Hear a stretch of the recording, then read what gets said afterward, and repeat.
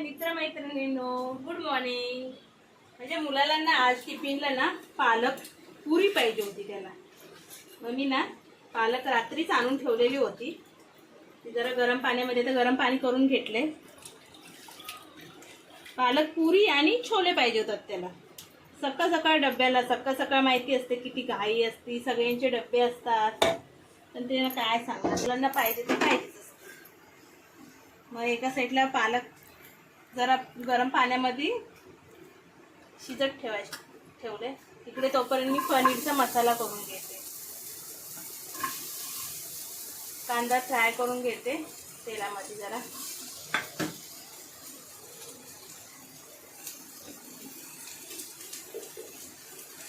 थोडंसं तेल टाकते, कांदा लाल व्हायचा, थोडासा खडा मसाला टाकायचा। काय टाकलं, दालचिनी, काळी मिरी,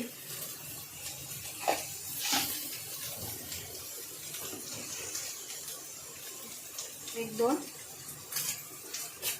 तेजपत्ता,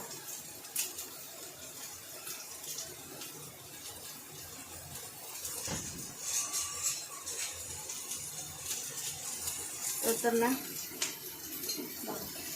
पालकला गरम पाण्यामध्ये टाकलेली ना, उकळलेल्या पाण्यात टाकलेली, त्यामुळे लगेच पालक पण नरम होईल। तर इकडे मसाला भाजून घ्यायचा। सकाळची घाई असते हो, खूप घाई असते, काय बोलायचं मुलांना।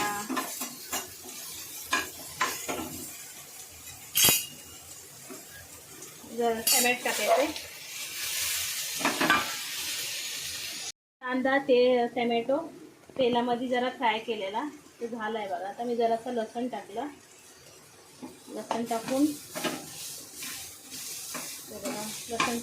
खोबरं टाकलं, नंतर लसूण टाकला, एक हिरवी मिरची घेतलेली ती टाकली,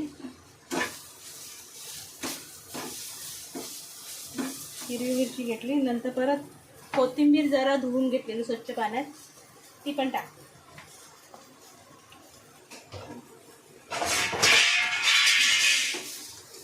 ओम काय पडलं हे बघा झालं। आता याला ना मस्तपैकी मी ना बारीक करून घेणार, मिक्सरच्या भांड्यामध्ये लावणार।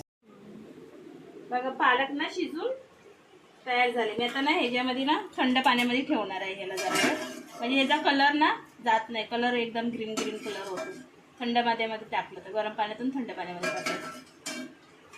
ओके, हे बघा मी ना पालक ना मिक्सरला लावून बारीक करून घेतलेलं आहे। त्याचं आपल्याला ना पीठ तयार करायचं, तर मी पीठ बनवायचं आहे पुरीसाठी। तीळ आहे, जिरे आहे, नमक, मीठ आहे, ओवा आहे आणि हा गव्हाचा आटा, गव्हाचं पीठ, त्यातनं आपण हे टाकायचं, सगळं आहे ना ते टाकायचं।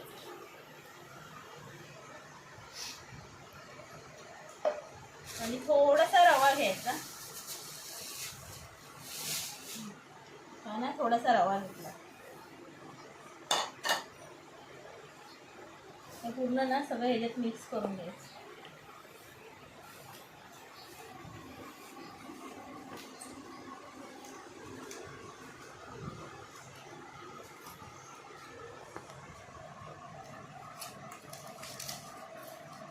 पाण्याची गरज लागली तरच पाणी टाकायचं, नाही लागली तर आपल्याला तेवढ्या ह्याच्यामध्ये आपली पीठ भिजवून होतं। गरज लागली तरच टाकायचं, कारण मग परत लगेच बनवायला घ्यायचं, कारण पालकला लगेच पाणी सुटतं, मग परत पीठ ना आपलं लगेच पातळ होतं। त्यामुळे ना मी जरा ना ह्याच्यामध्येच पाणी घेते, मला जराशी गरज पडली, मी थोडंसं घेतलं आहे पाणी।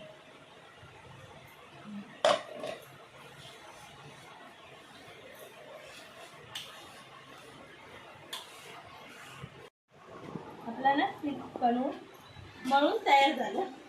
जरा 5 मिनिटं ठेवते, जास्त वेळ नाही ठेवायचं, जास्त वेळ ठेवलं ना लगेच त्याला पाणी सुटतं, मग पातळ पीठ होतं, मग परत आपल्याला पुऱ्या बनवायला खूप वेळ होतो। 5 मिनिटं ते तर तेल गरम करत ठेवते मी। जर साईड हे बघा 5 मिनिटं भिजवून ठेवलेलं पीठ मी झाले बघा. पीठ माझं घट्टच आहे आणि आपण पण सगळ्यांनीच घट्ट ठेवायचं.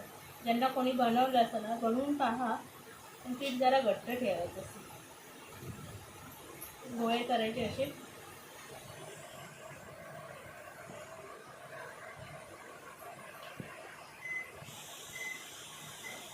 कोणी लाटणीनं पण लाटू शकतं, कोणाकडे पुरीची मशीन असलं तर पुरीच्या मशीनीनं पण करू शकतं.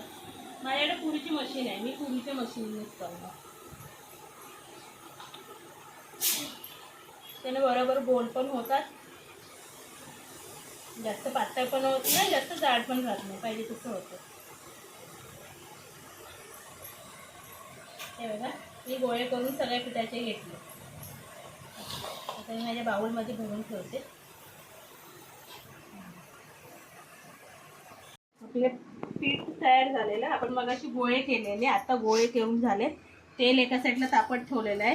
मी आता मशीनीने ना पुऱ्या पाडून घेणार. हे बघा, कोणाला तीळ आवडत असलं तर वरतून तीळ टाकायचे, एकदम छान दिसतं. हे बघा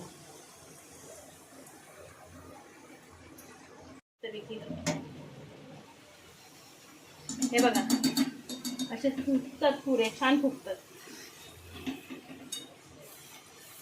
हे बघा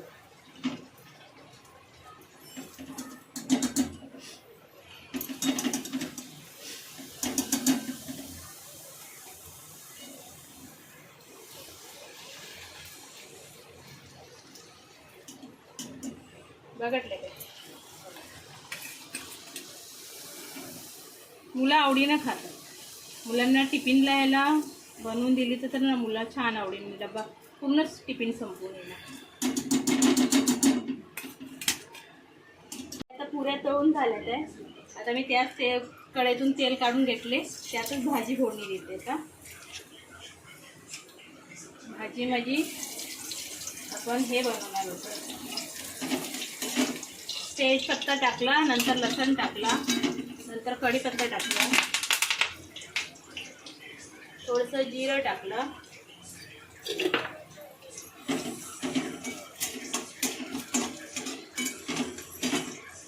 छोले बनवतोय. थोडी हळद टाकली, नंतर लाल तिखट मसाला टाकला, ते पण तेलामध्येच भाजून घ्यायचं म्हणजे कलर छान येतो.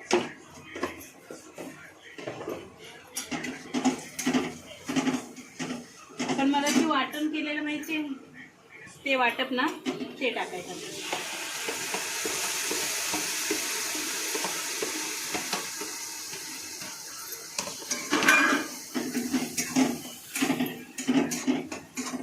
मसाला चांगला मस्तपैकी तेलामध्ये भाजू द्यायचा.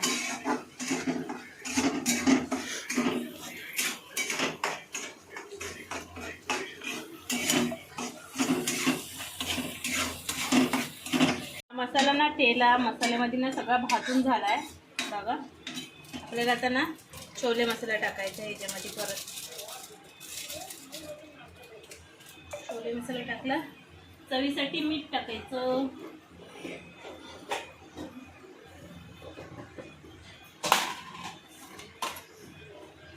चवीसाठी मीठ टाकायचं, अंदाजानं टाकायचं. कोणाच्या मसाल्यामध्ये जास्त लागतं, कोणाच्या कमी लागतं. मी मगाशी ना कुकर लावला डाळ भाताचा, त्यावेळी छोले लावलेले होते. 5 तास भिजवायचं. छोले पण मस्त शिजले बघा, मस्त शिजलेत. आता हे बघा झाले सगळं मिक्स करून. आपल्याला आता ना छोले होते. आता छोलेची भाजी ना बनवून तयार झालेली आहे आपली.